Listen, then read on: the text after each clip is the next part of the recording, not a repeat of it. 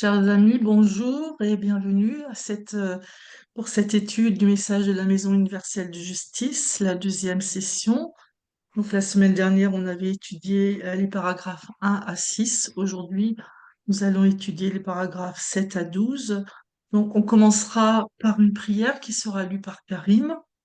Ensuite, je ferai un petit résumé rapide des paragraphes 1 et 6 qu'on avait étudiés la semaine dernière. Puis il y aura donc la lecture des paragraphes un par un. Donc chaque lecture de paragraphe, j'appellerai la personne qui doit lire. Et après la fin de la lecture, on laissera la parole à David. Donc le temps qui sera imparti pour la lecture du message sera de 1 heure.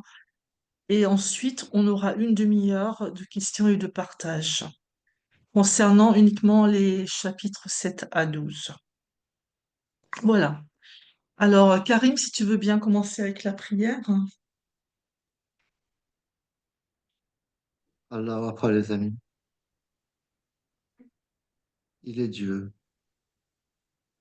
Ô Seigneur mon Dieu, mon bien-aimé, tes serviteurs que voici ont perçu ta voix. Ils ont prêté l'oreille à ta parole et entendu ton appel. Ils ont cru en toi.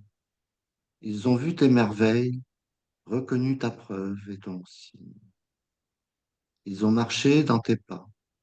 Ils ont suivi tes conseils. Ils ont découvert tes mystères et saisi les secrets de ton livre, les versets de tes manuscrits et les nouvelles contenues dans tes épîtres et tes tablettes. Ils se sont agrippés au pan de ton vêtement et accrochés au manteau de ta lumière et de ta grandeur. Leurs pas se sont affermis dans ton alliance et leur cœur s'est fortifié dans ton testament. Seigneur, allume la flamme de l'attrait divin dans leur cœur et permets que l'oiseau de l'amour et de la concorde y chante. Fais qu'ils soient tels des signes puissants, des étendards splendides, aussi parfaits que ton verre. Grâce à eux, exalte ta cause, déploie tes bannières et diffuse partout tes merveilles. Grâce à eux, fais triompher ta parole et fortifie les reins de tes aimés. Délie leur langue pour qu'elles louent ton nom et inspire-les pour qu'ils accomplissent ta sainte volonté et ton bon plaisir. Dans ton royaume de sainteté, illumine leur visage et exalte leur joie en les aidant à se lever pour le triomphe de ta cause.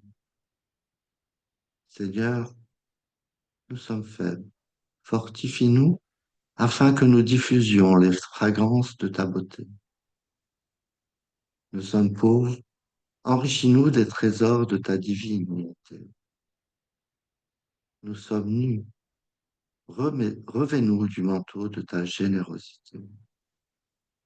Nous sommes des pécheurs, pardonne-nous nos péchés par ta grâce, ta bonté et ta miséricorde.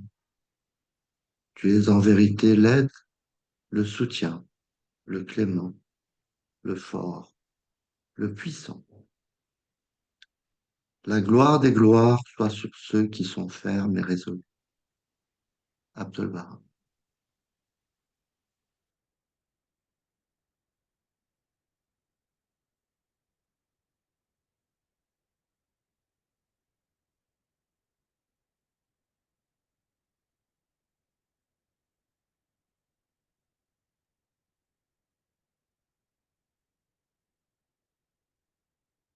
Merci beaucoup. Donc, je vais faire un bref résumé des paragraphes qu'on a étudiés la semaine passée.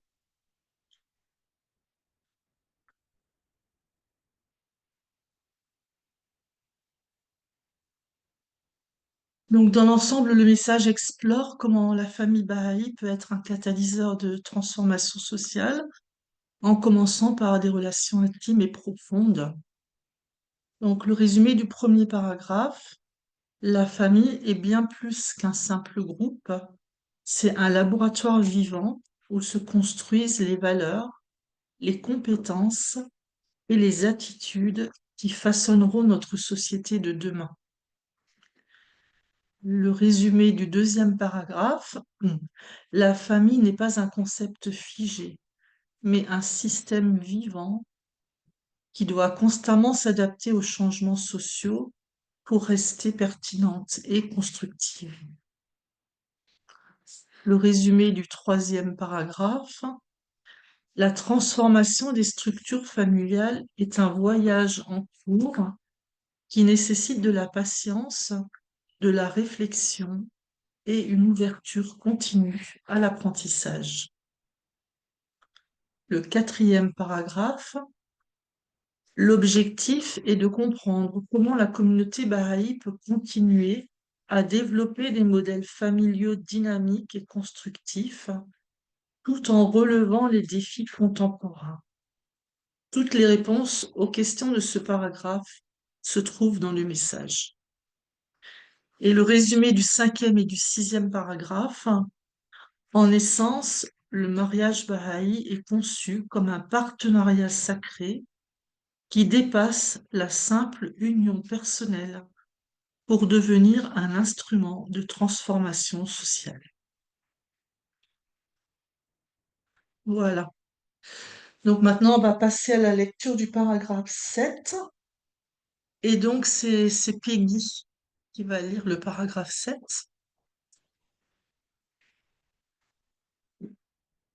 Oui, un instant.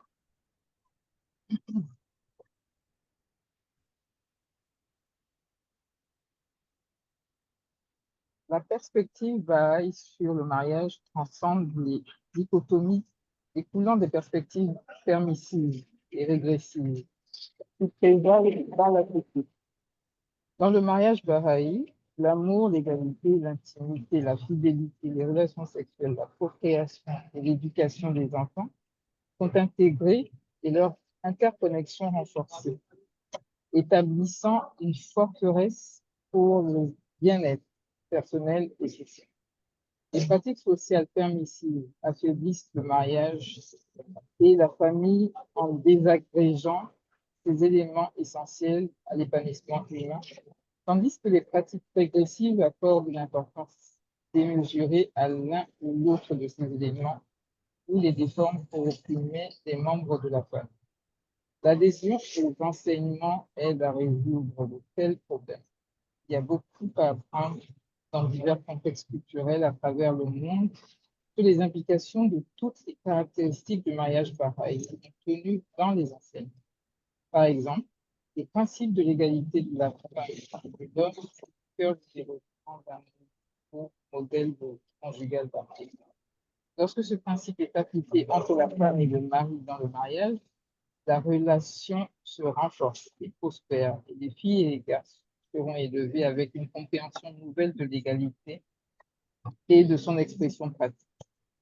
Les ramifications de ce principe s'étendront donc progressivement aux générations futures et contribueront à l'avancement des femmes jusqu'à ce que l'espoir de Abdullah, soutenant lesquels femmes participer pleinement et sur un pied d'égalité aux affaires de se réalise. Voilà. Merci beaucoup. Donc maintenant, on laisse la parole à David.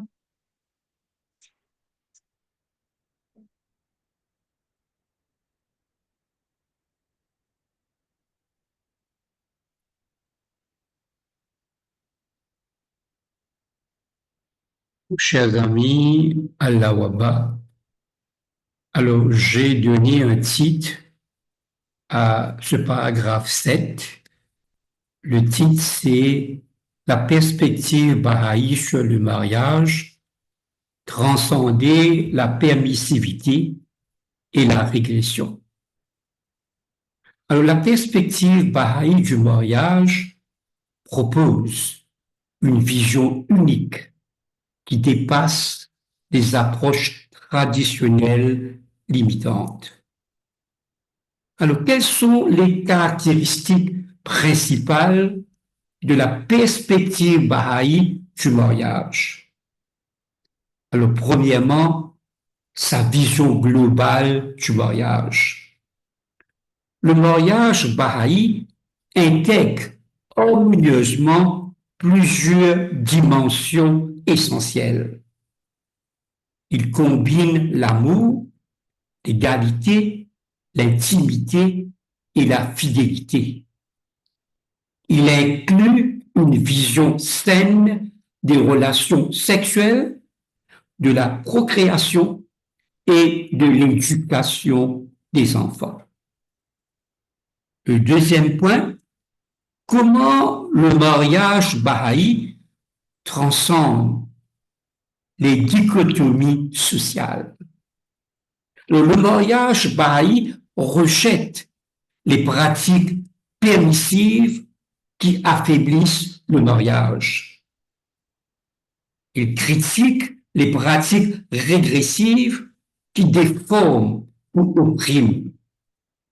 Il ne faut pas laisser aucun élément du mariage se désintégrer ou se déséquilibrer. Le troisième point, égalité comme principe fondamental et son impact sociétal. Le mariage baha'i place l'égalité femmes-hommes au cœur même du modèle conjugal. Cette approche transforme profondément la relation entre conjoints. Elle influence directement la manière d'élever les enfants. Et quel est l'impact sur la société de placer l'égalité femmes-hommes au cœur du modèle conjugal? Alors, ce modèle contribue progressivement à l'avancement des femmes. Il va proposer une nouvelle compréhension des relations familiales et il visera une transformation sociale par la cellule familiale. En somme, on peut résumer ce paragraphe 7 comme le mariage baha'i se veut un partenariat équilibré, respectueux et constructif, dépassant les modèles traditionnels limitants.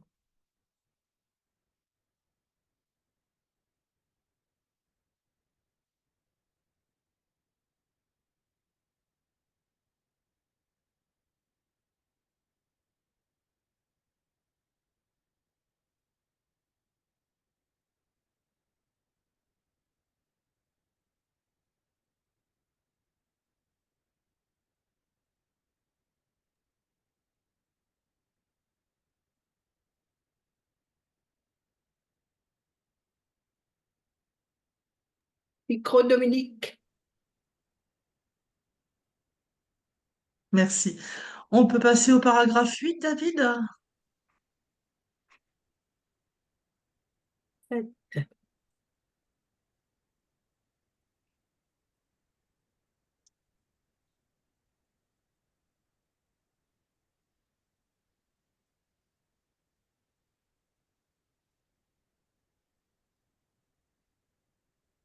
Pour aller, il faut bouger. Ah oui, c'est ça, on passe au 8. Voilà. Alors, c'est Rajamani qui va lire le paragraphe 8.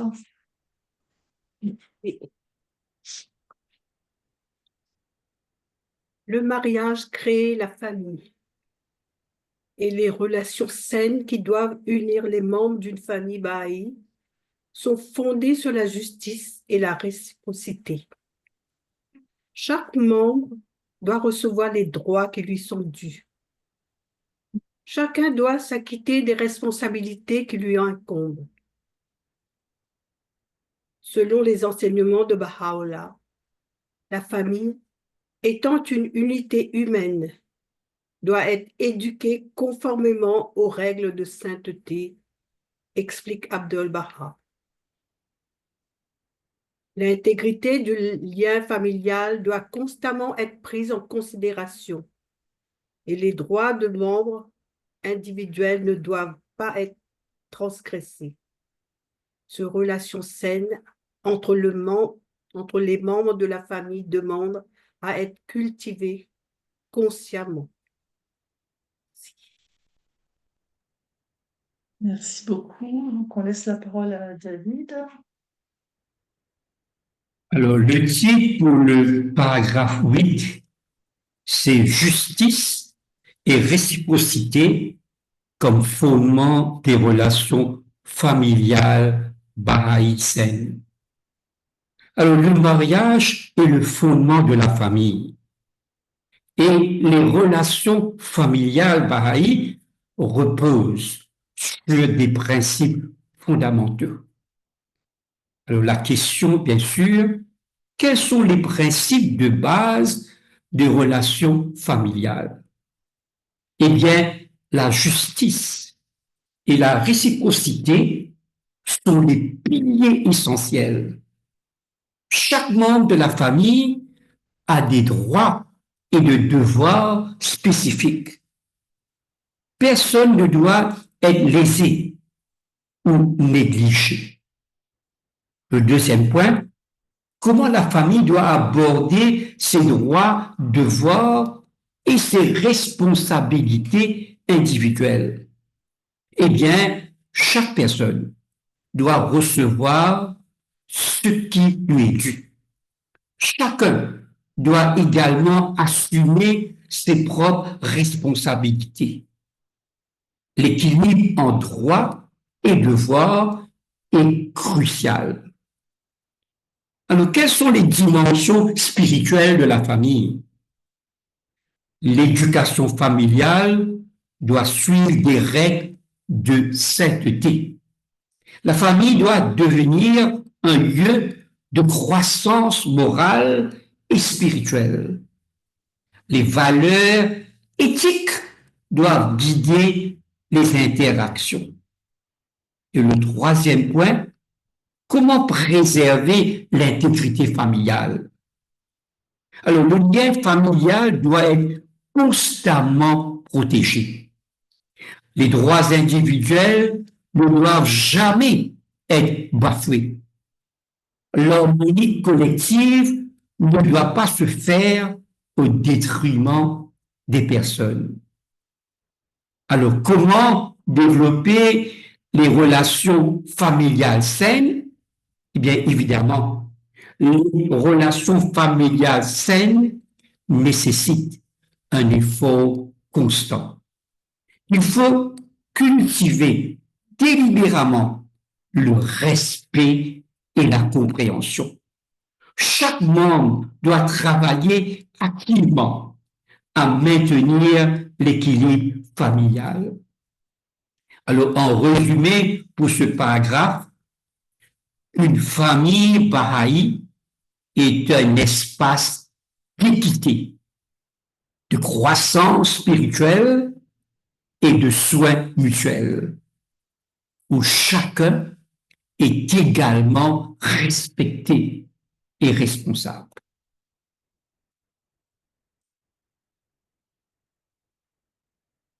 Merci David. Donc, on peut passer au paragraphe 9 qui sera lu par Charlie.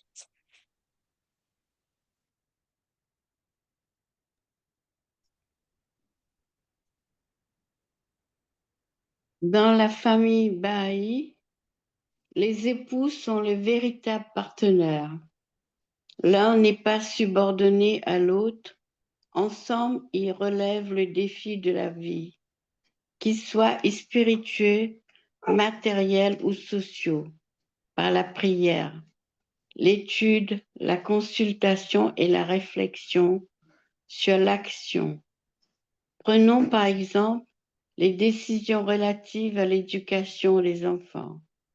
Les écrits bahaïs reconnaissent la mère comme la première éducatrice de l'enfant et maintiennent ses prérogatives à cet égard. Comme l'observe Abdu'l-Baha, ce sont des mères en vérité qui dépendent le bonheur, la grandeur future. la noblesse de conduite, le savoir et le jugement de la compréhension et la foi de leur jeune enfant. Pourtant, le père porte également la responsabilité de leur éducation et de leur instruction et ne peut pas se soustraire à un devoir aussi vital et le laisser à la mère seule.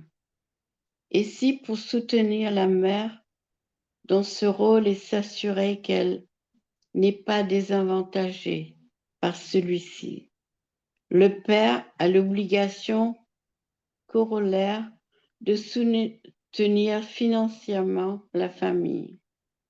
Cela ne signifie pas que les rôles soient fixés de façon rigide.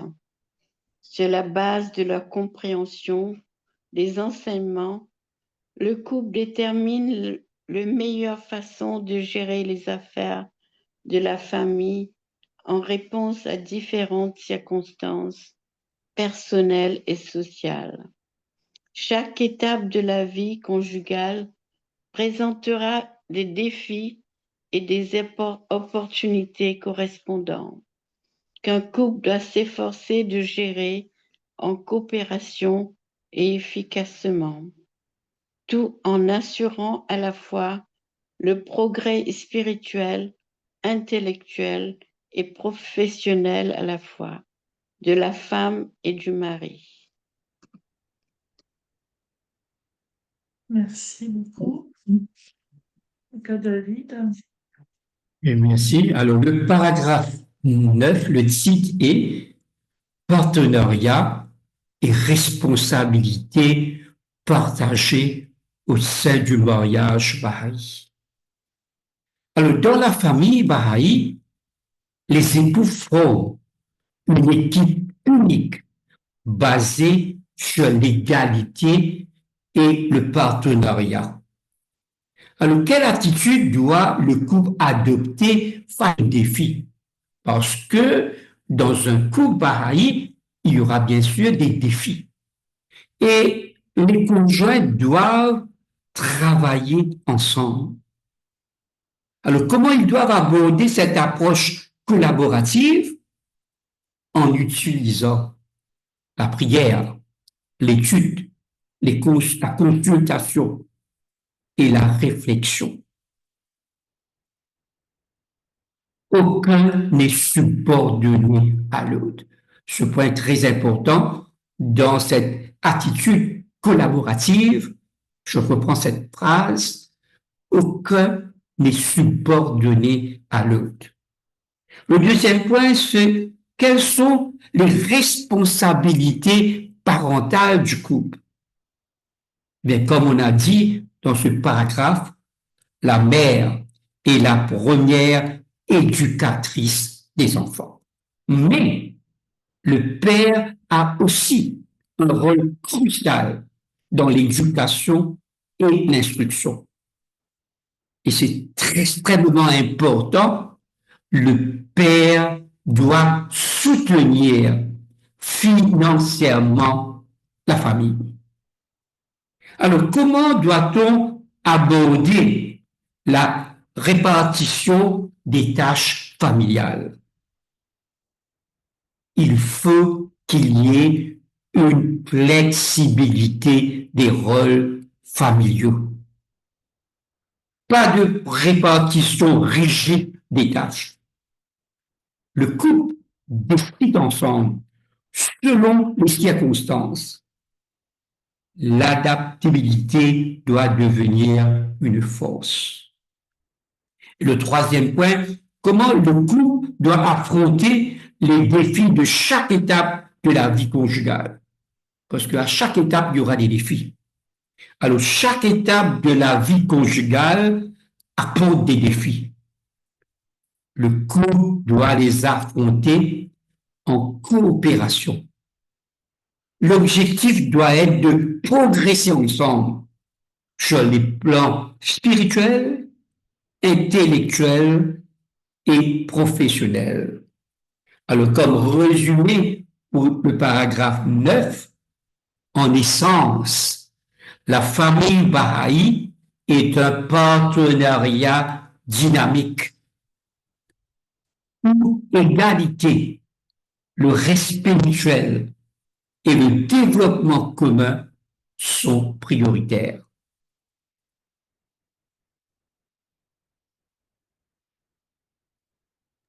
Merci beaucoup. Donc, le paragraphe 10 sera lu par Chitra.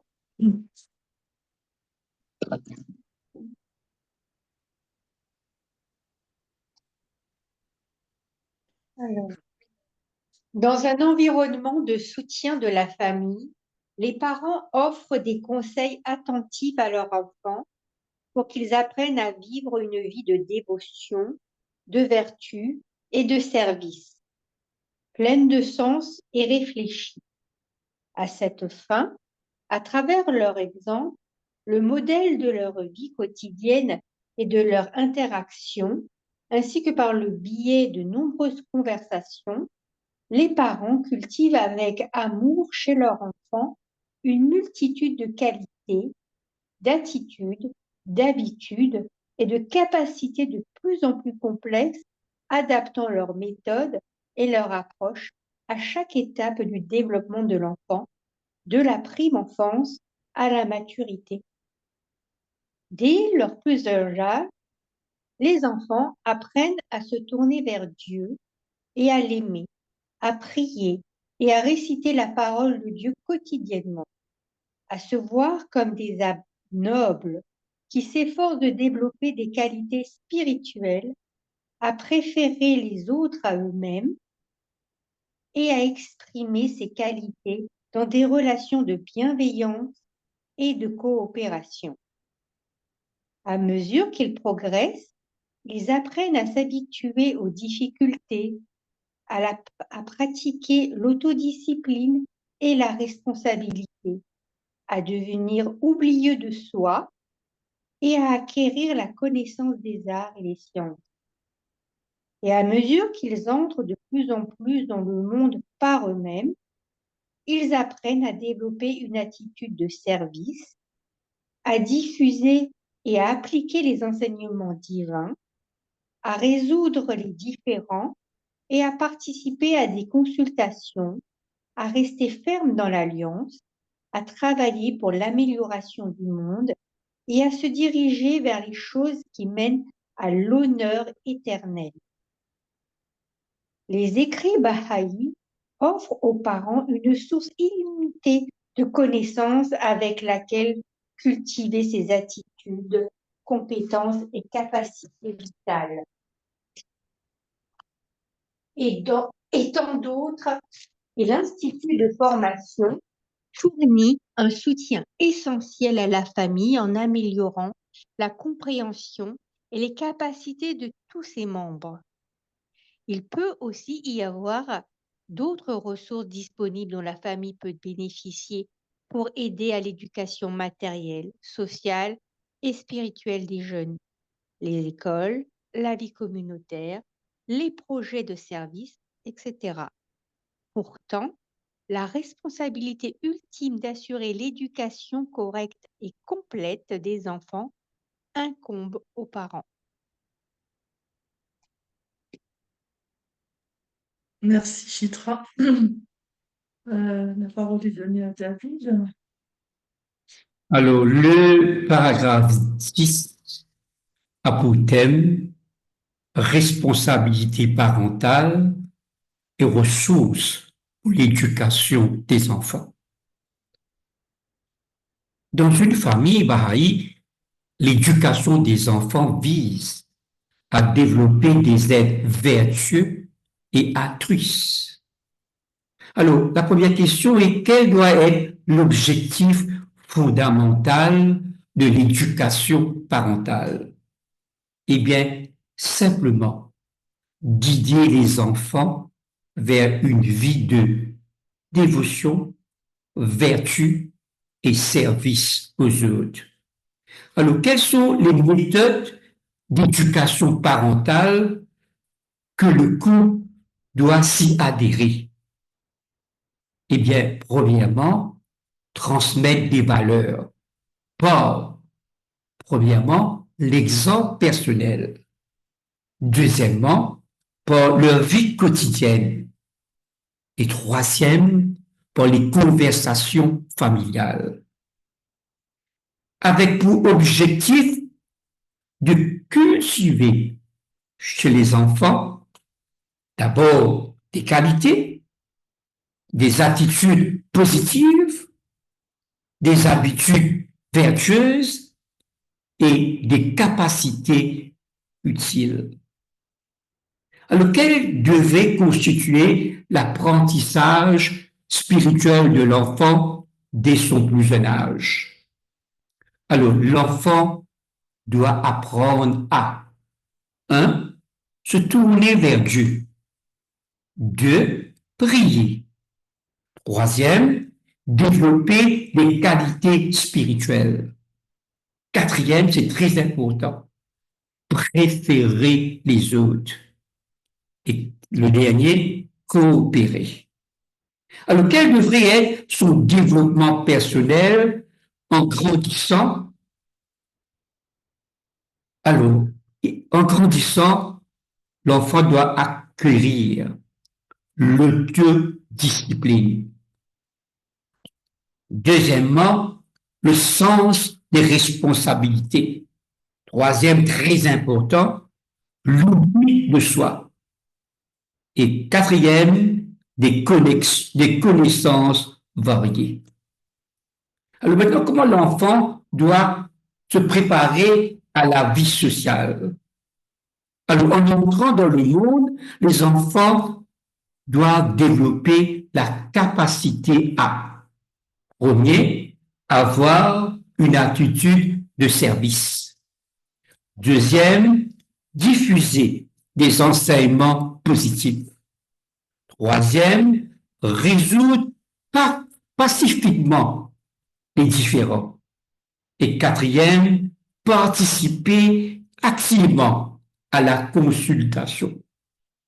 En résumé, ce paragraphe 10 nous dit: l'éducation bahaï vise à former des individus spirituellement riches, socialement responsables et animés par le désir de servir l'humanité.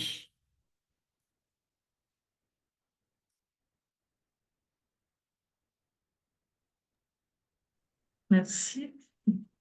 Donc, le paragraphe 11. Au fil du temps, les relations entre les membres de la famille évoluent et prennent différentes formes. Les liens d'amour et d'unité soigneusement entretenus entre frères et sœurs offrent toute une vie de soutien et d'élévation et servent de rempart contre les jalousies et les divisions mesquines qui peuvent surgir dans la vie de la famille. De toute évidence, les droits et les responsabilités des enfants devenus adultes ne sont pas les mêmes que lorsqu'ils étaient jeunes. Les parents doivent être sensibles à ces changements lorsqu'ils préparent leurs enfants à la maturité en favorisant attentivement l'autonomie et la responsabilité de la génération suivante à mesure qu'ils grandissent. Tout au long de leur vie, les jeunes continuent à respecter et à honorer leurs parents, mais à mesure qu'ils grandissent, ils doivent prendre en charge leur propre vie et leurs propres choix. Avec le temps, les obligations changent et l'enfant peut de plus en plus être amené par les circonstances à apporter son aide à mesure que ses parents vieillissent.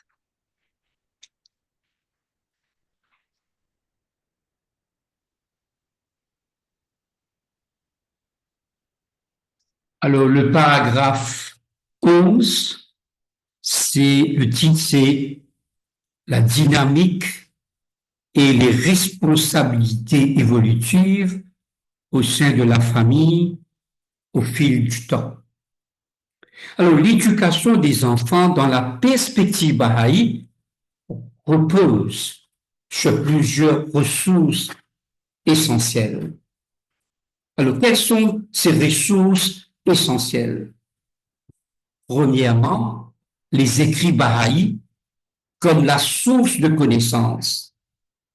Les écrits bahaïs sont comme une source. Les écrits bahaïs sont comme une source inépuisable de sagesse. Ils offrent des orientations profondes pour l'éducation familiale. Deuxième, l'Institut de formation comme le soutien à la formation familiale. L'Institut de formation joue un rôle crucial. Il aide à améliorer la compréhension de chaque membre, les capacités individuelles et collectives de la famille. Alors, d'autres ressources éducatives, alors au-delà des écrits et des instituts, d'autres moyens soutiennent l'éducation familiale. Premièrement, les écoles, la vie communautaire et les projets de service. Alors, comment les parents doivent assurer leur responsabilité parentale finale de l'éducation? Alors, ils doivent s'assurer une éducation complète, équilibrée et adaptée à leurs enfants. En conclusion, pour ce paragraphe, l'éducation bahaï est un processus global, soutenu par des multiples ressources, mais toujours guidé par l'engagement parental. Merci beaucoup. Et donc le paragraphe 12, Coralie.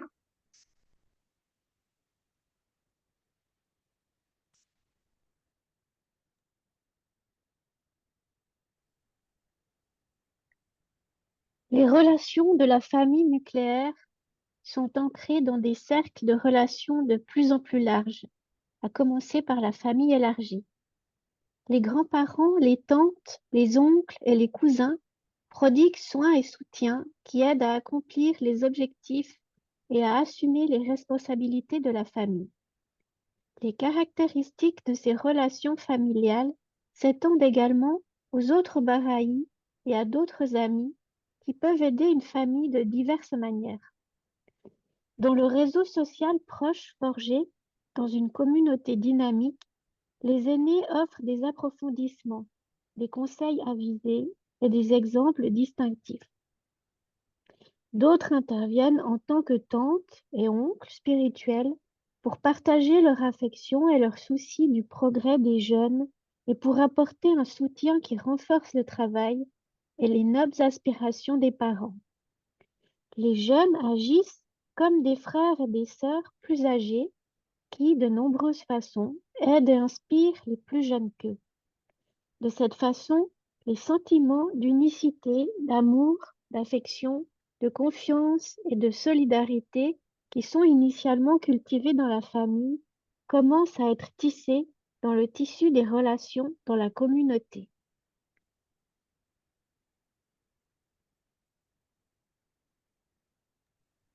Alors, le thème du paragraphe 12, l'importance de la famille élargie et du réseau communautaire au sens large.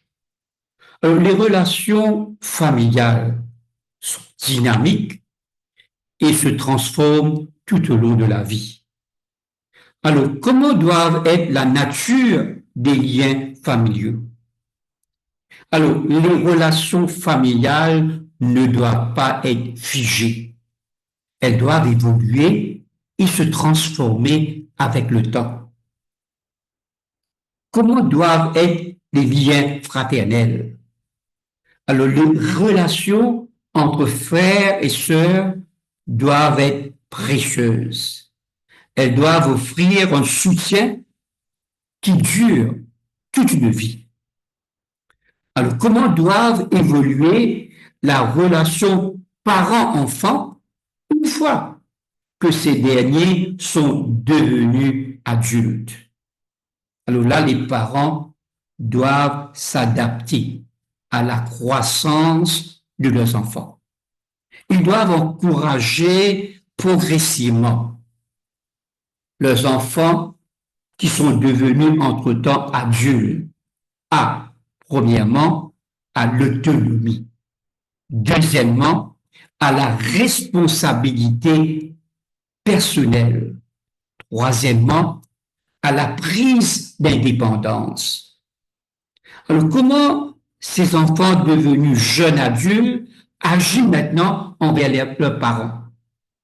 Alors, les jeunes adultes doivent continuer de, premièrement, respecter leurs parents et deuxièmement, les honorer, tout en gérant leur propre vie de manière responsable, mais le respect, bien sûr, doit être mutuel. Alors, comment quand les enfants devenus adultes nous amènent à une évolution des obligations familiales?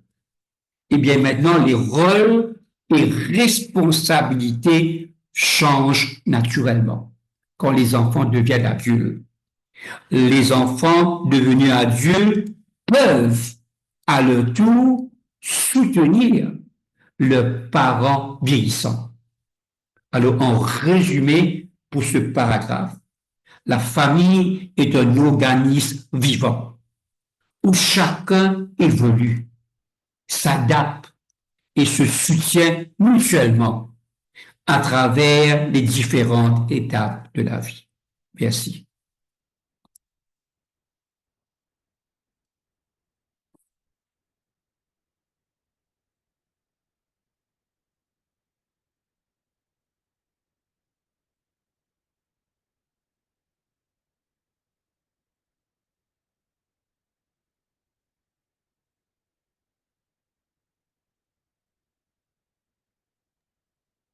Dominique, tu es en Soudine.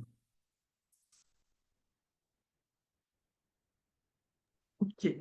Donc, je disais en fait que maintenant, il nous reste une demi-heure pour des questions et partages concernant les paragraphes 7 à 12. Donc, je disais que la parole était à vous. Et je vois que Peggy a demandé la parole.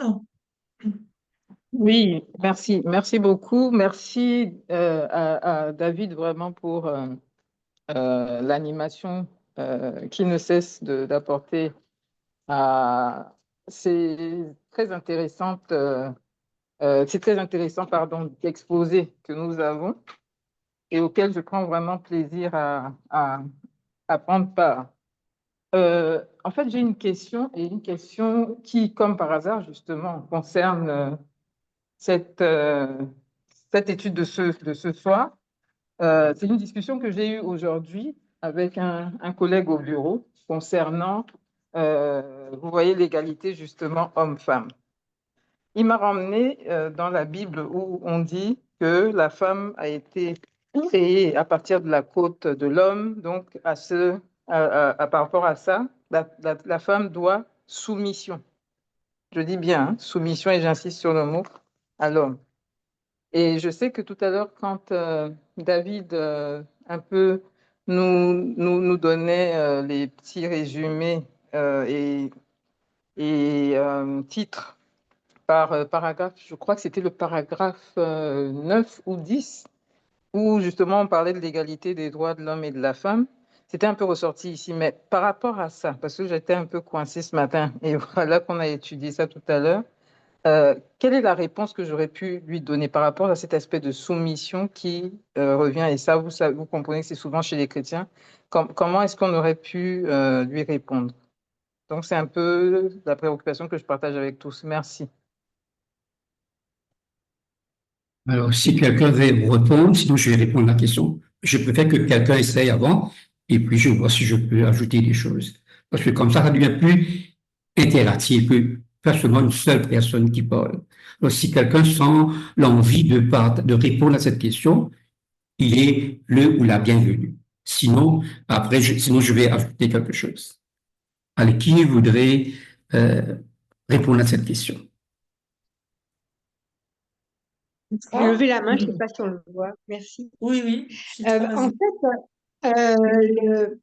le fait de dire que la femme sort de l'homme, est une côte de l'homme, c'est pas forcément non plus la vraie parole de Jésus. Ça a été écrit comme ça, c'est pas dit que c'était la côte, ça peut être à côté, c'était voilà, on peut pas être sûr de la signification de cette parole, c'était pas ni que ce soit vraiment les mots qui avaient été utilisés. Voilà, c'est ce que je peux ajouter. Moi, ce que j'avais lu, c'est que ça pouvait être, la femme était aux côtés de l'homme. Voilà. Nous avons quelqu'un d'autre qui veut partager sur ce thème, cette question de Peggy. James. Bon, moi, je prends la Bible comme un livre canonique. Tout ce qui se trouve dans la Bible est vrai. C'est vrai, mais c'est vrai à l'époque. Si la femme dans la Bible était subordonnée à l'homme, c'était acceptable. Si dans la Bible, il dit euh, euh, œil pour œil, dent pour dent, c'était vrai et c'était acceptable. Mais si en même temps, par la suite, dans la Bible, il est dit, c'est lui qui soit euh, son péché, soit les premiers à jeter la pierre contre quelqu'un, on voit bien aussi c'était vrai. Mais c'était vrai à l'époque. Aujourd'hui, les choses ont évolué et cette évolution qui vise justement à l'harmonie des relations entre les gens nous oblige à considérer effectivement que l'un est supérieur à l'autre, puisque finalement, on s'en rend compte et on est tous poussière et à la fin, on est poussière. Donc, à l'époque, c'était vrai. Aujourd'hui, ce n'est plus le cas. Donc, il y a une évolution et c'est bien normal qu'il y ait cette évolution. Donc, la compréhension accroît aussi avec les temps. Donc, on comprend un peu mieux pourquoi, effectivement, entre l'homme et la femme, il y a égalité. Il n'y a pas foncièrement une supériorité l'un par rapport à l'autre. Mais c'est dans les temps, juste pour créer une harmonie entre les gens qui n'avaient pas les mêmes niveaux de compréhension des choses que nous avons aujourd'hui. Si on disait à l'époque que la femme était supérieure, était inférieure ou était subordonnée à l'homme, c'était acceptable parce que c'était aussi dans un livre canonique comme la Bible. Mais aujourd'hui, ce n'est plus en fait euh, valable pour la société. Et maintenant, je voudrais partager maintenant ce que à la question de Peggy. Alors, évidemment, dans une certaine époque, il devait y avoir la soumission des femmes. Pourquoi? La question est pourquoi, à une certaine époque, il devait y avoir la soumission des femmes. Simplement parce que, à une certaine époque, le monde était dominé par la force. Et on sait qu'une des caractéristiques de l'homme, c'est sa force physique. Alors, au départ, les gens gagnaient leur vie en se servant de leur force. Au départ, il y avait des gens chassés pour nourrir la famille. Et à cette époque, la femme n'était pas financièrement indépendante et la femme n'avait pas accès à l'éducation. Donc, la femme dépendait totalement, entièrement à la soumission de l'homme. Et c'était évident qu'à cette époque, ça devait être de cette façon. Mais le monde a progressé. comme je dis, à chaque étape de la vie, il y a une nouvelle progression. Et aujourd'hui, Abdul Baha l'a clairement dit qu'aujourd'hui, on n'a pas besoin d'un monde qui est dirigé par la force, mais par des qualités féminines, comme l'intuition, qui est l'une des caractéristiques féminines. Aujourd'hui, on se bat pour avoir la paix. Et pour avoir la paix, ce sont des femmes qui vont contribuer à apporter cette paix. Alors aujourd'hui, quand la femme, parce qu'aujourd'hui, on est arrivé dans la stade de maturité de l'évolution de la société. Et pour avoir cette maturation de la société totale, il faut que les femmes maintenant aient accès à l'éducation, à des postes clés, à des dirigeants. Et c'est ça maintenant qui va transformer le monde. D'ailleurs, comme on dit, avec cette égalité de droits et de la femme, nous marchons vers le progrès, le développement de la société à un niveau jamais comme auparavant. Parce que aujourd'hui, on est conscient que la femme représente plus de 50% de la population mondiale. Et avec, comme on dit, avec les postes de responsabilité que vont obtenir les femmes aujourd'hui, et bien sûr, le monde va changer. D'ailleurs, on dit beaucoup maintenant, beaucoup de philosophes, de penseurs vous disent, on doit se tourner vers un monde qui sera un monde où il y aura beaucoup des idéaux féministes. Voilà, merci. Merci beaucoup, David. Chitra? Je voulais juste dire que on parle de ce point dans les leçons de Saint-Jean d'Acre. Donc voilà, si la personne souhaite aller regarder, on parle de ça.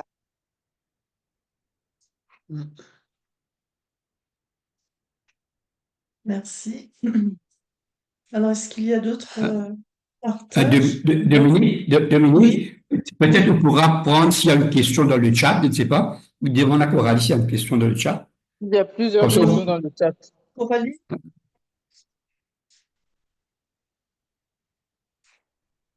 Oui, dans le Allez, chat, il y a plusieurs questions. allez, pour prendre une première question, s'il te plaît. Lis la question. Alors, c'est Berry qui pose plusieurs questions. Dans le paragraphe 9, qu'est-ce qu'on entend par subordination? Ça, c'est la première question. Après, il y en a d'autres pour ce même paragraphe. Qu'est-ce qui arrive lorsque les époux n'arrivent pas à se comprendre dans leurs responsabilités familiales et quand ils ne font que s'entre-accuser mutuellement pour avoir fait ceci ou ça?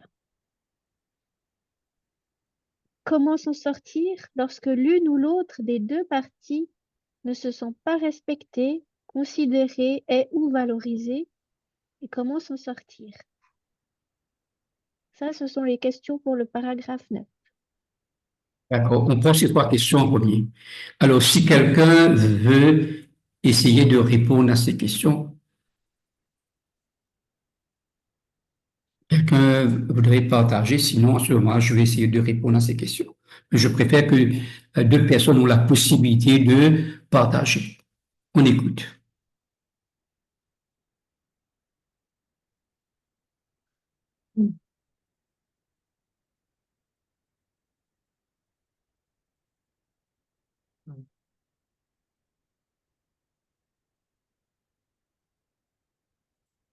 Ok, alors je vais essayer de répondre à ces questions.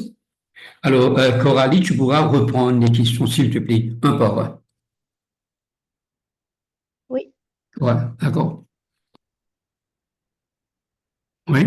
Alors, la première, qu'est-ce qu'on entend par subordination? Voilà. Alors, subordination veut dire que, je crois qu'on a déjà abordé cela, C'est-à-dire que quelqu'un est dans un état de soumission. Il y a dominance. C'est-à-dire dominance, comme c'était auparavant, du côté, on peut dire, du mari. Et maintenant aussi, il y a aussi maintenant le côté dominance du côté de la femme. Alors, la dominance ou la subordination apporte un déséquilibre familial parce que il faut bien comprendre quel est l'esprit Baha'i. L'esprit Baha'i, c'est un esprit où il y a un esprit d'unité et de consultation. Et dans la consultation, comme on dit, bien sûr, on peut avoir des idées différentes, mais toujours, comme j'ai dit, dans la consultation jaillit la lumière. Donc, c'est très important pour garder cet esprit de couple Baha'i, qu'il n'y a pas que quelqu'un qui essaye de dominer l'autre. Voilà la deuxième question, s'il te plaît.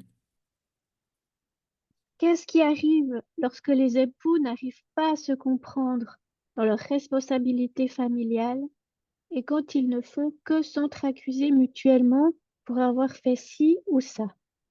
Voilà.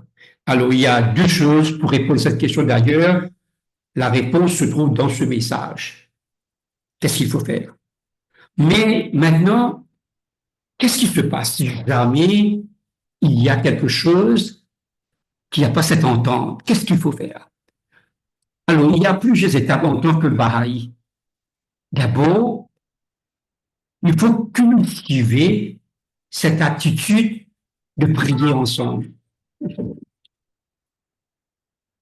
Il faut cultiver cette habitude de prier ensemble, de se consulter, de collaborer pour voir les défis ensemble. Et c'est pourquoi, quand on parle du mariage, le mariage n'est pas seulement un acte physique, une attraction physique comme on a vu, c'est aussi une connexion spirituelle. Et quand il y a, parce que vous savez, quand on parle de attraction physique, je crois qu'on est tout à vu, on sait qu'après 5 années qu'on vit ensemble, la passion se perd, l'attraction physique se meurt. Et pour maintenir ce couple en vie, c'est cette connectivité de l'âme. C'est pourquoi Abdu'l-Baha était clair dans les premiers paragraphes de 1 à 6, où que, bien sûr, la première chose dans un mariage, c'est l'attirance physique, mais avant de s'engager, il faut être sûr qu'il y a cette connectivité de l'âme. Que veut dire cette connectivité de l'âme? Veut dire il y a cette compréhension de deux personnes qui décident de vivre ensemble pour pouvoir progresser spirituellement et aussi pour faire des projets. Maintenant, si on voit que dans l'incapacité de maintenir, il y a des institutions. On peut aller demander de l'aide à notre assemblée locale. Il y a beaucoup de choses qu'on peut faire que quand on voit que ça bat de l'aile, se trouver vers qui. Mais je crois que ce qui est important maintenant dans ce message, c'est que tout mariage doit passer par ces deux étapes. Pas seulement l'attirance physique, mais cette connectivité spirituelle. Et c'est ça qui va pouvoir maintenir un mariage, parce que tout va changer. Vous aurez des projets, vous aurez des choses à faire ensemble, vous allez vous soucier de ça. D'ailleurs, la dernière fois, j'ai lu quelque chose en anglais. On dit love is a soul to care of and a heart to share. Alors là, l'amour, c'est une âme à prendre soin et un cœur à partager. Il ne faut pas dissocier cœur et âme dans le mariage. Le deux doit être présent. Voilà. Et la troisième question, s'il te plaît. Comment s'en sortir lorsque l'une ou l'autre des deux parties ne se sent pas respectée, considérée et ou valorisée? Je crois qu'on a déjà répondu à travers la réponse que j'ai donnée. OK? Il me semble aussi. Il y a des institutions à voir. Et la meilleure chose, c'est quand il y a des problèmes dans un couple, c'est de tourner vers la source, les prières. Les prières Baha'i, les écrits Baha'i pour nous aider à régler nos problèmes de couple. Voilà, merci. Alors, peut-être on peut prendre maintenant une question directe, après on peut passer à une question après sur le chat. Si quelqu'un a une question directement. Et je voudrais que d'autres aussi partagent, hein, c'est de partager, on vous écoute. Allez, OK. Quelqu'un a une question?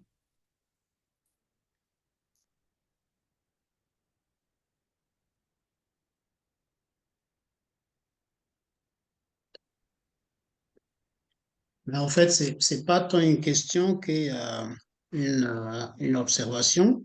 Il y a une On- question sur le chat à propos de la réciprocité.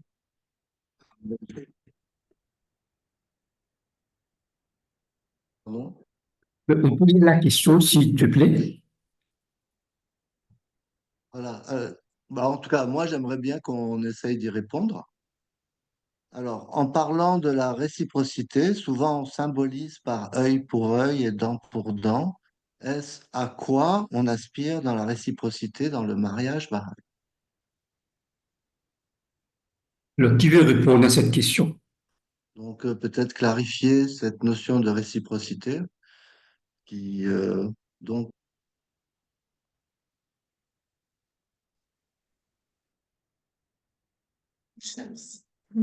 ah, Oui, en fait, c'est effectivement, bon, c'est très intéressant que tu pointes ces termes, réciprocité.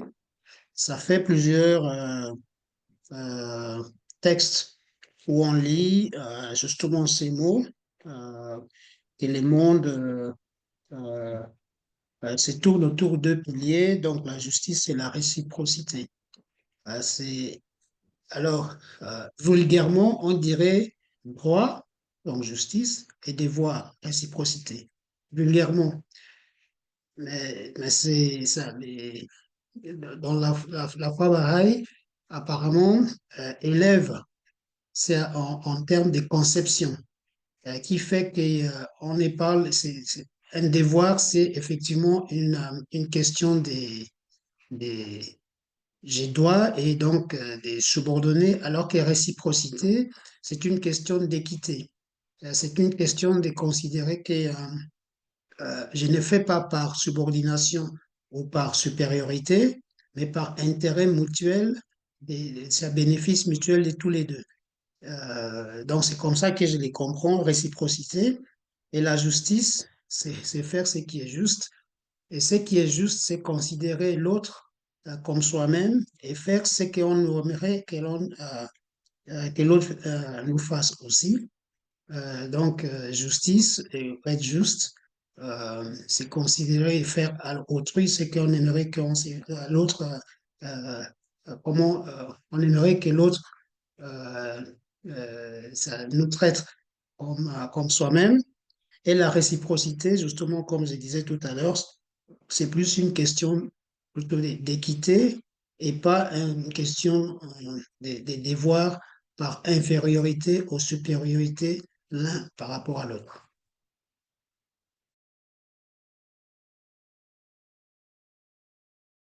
Je voudrais ajouter quelque chose à ce que James a dit. Alors, c'est très bien ce que, comme on dit, la réciprocité, c'est le droit, implique le droit à l'égalité. Mais il y a une autre chose qui est importante quand on parle de la réciprocité, c'est le respect mutuel de l'autre. C'est très important dans un couple, le respect mutuel. Alors, c'est un grand débat. C'est quoi le respect mutuel? Parce que quand on arrive à respecter l'autre dans un couple, c'est bien sûr tout change. Et bien sûr, maintenant, couplé avec l'égalité maintenant, donc le couple va marcher. Et maintenant, en appliquant la justice, le couple vit dans les paramètres de mariage pareil.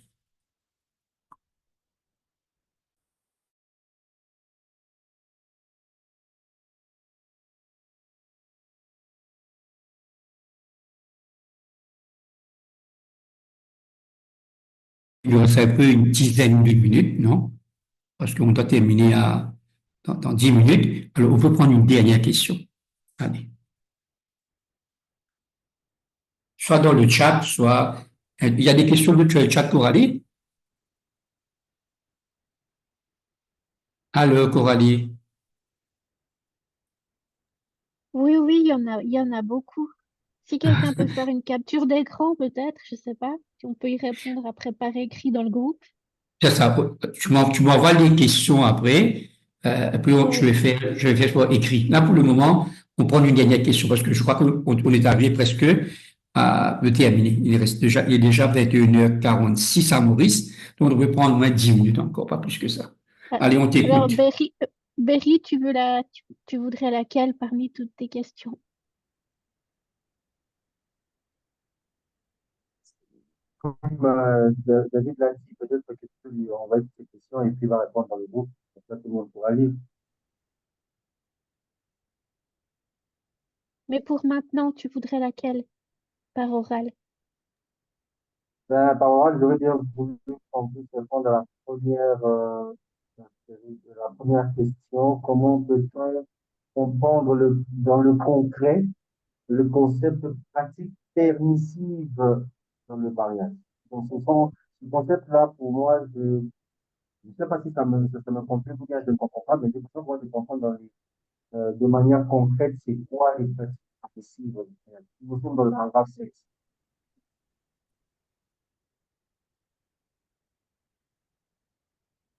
Alors, je relis la question. Comment Ouais, parce que peut-on comprendre, comment peut-on comprendre dans le concret le concept pratique permissive du mariage?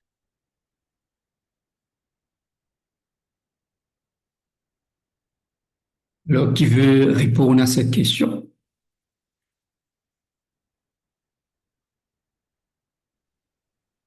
Beaucoup de plaisir interdit.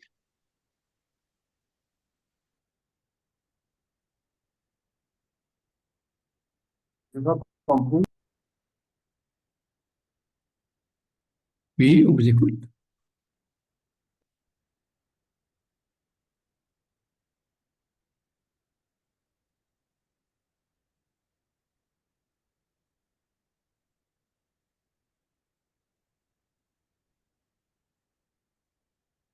Je peux donner un début?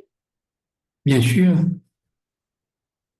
Bah, c'est tout ce qu'on peut voir, en tout cas ici en Suisse et en France, qui tourne autour du mariage, c'est-à-dire les mariages homosexuels, des mariages qui sont basés que pour, par exemple, payer moins d'impôts ou avoir un prêt immobilier, euh, des mariages qui n'ont aucun fondement spirituel, ce genre de choses-là. Ou même des mariages blancs, des mariages qu'on fait juste pour avoir un passeport.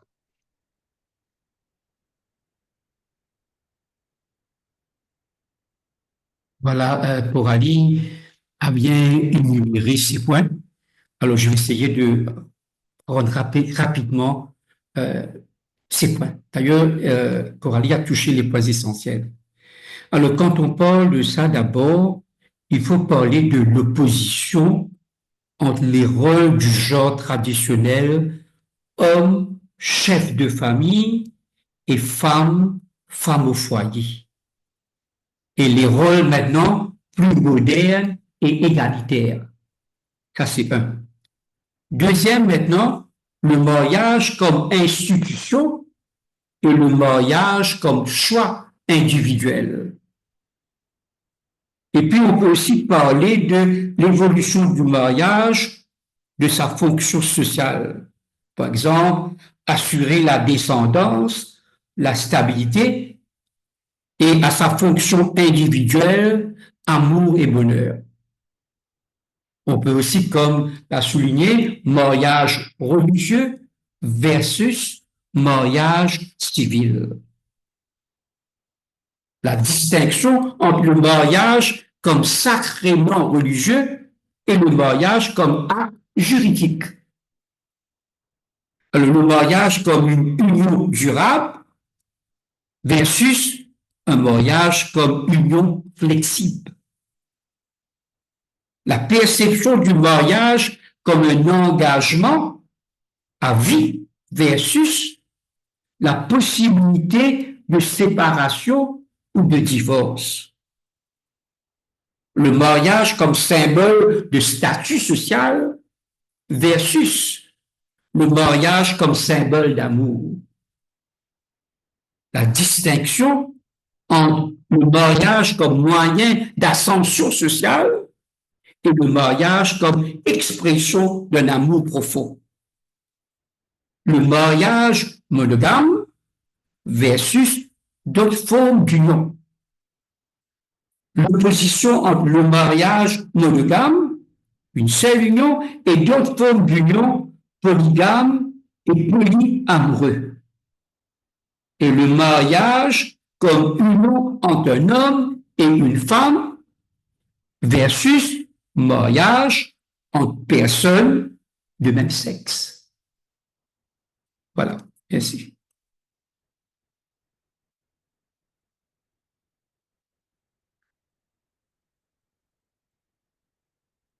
Donc, je crois qu'on est arrivé à la fin. Je dis à Dominique de dire le mot de la fin.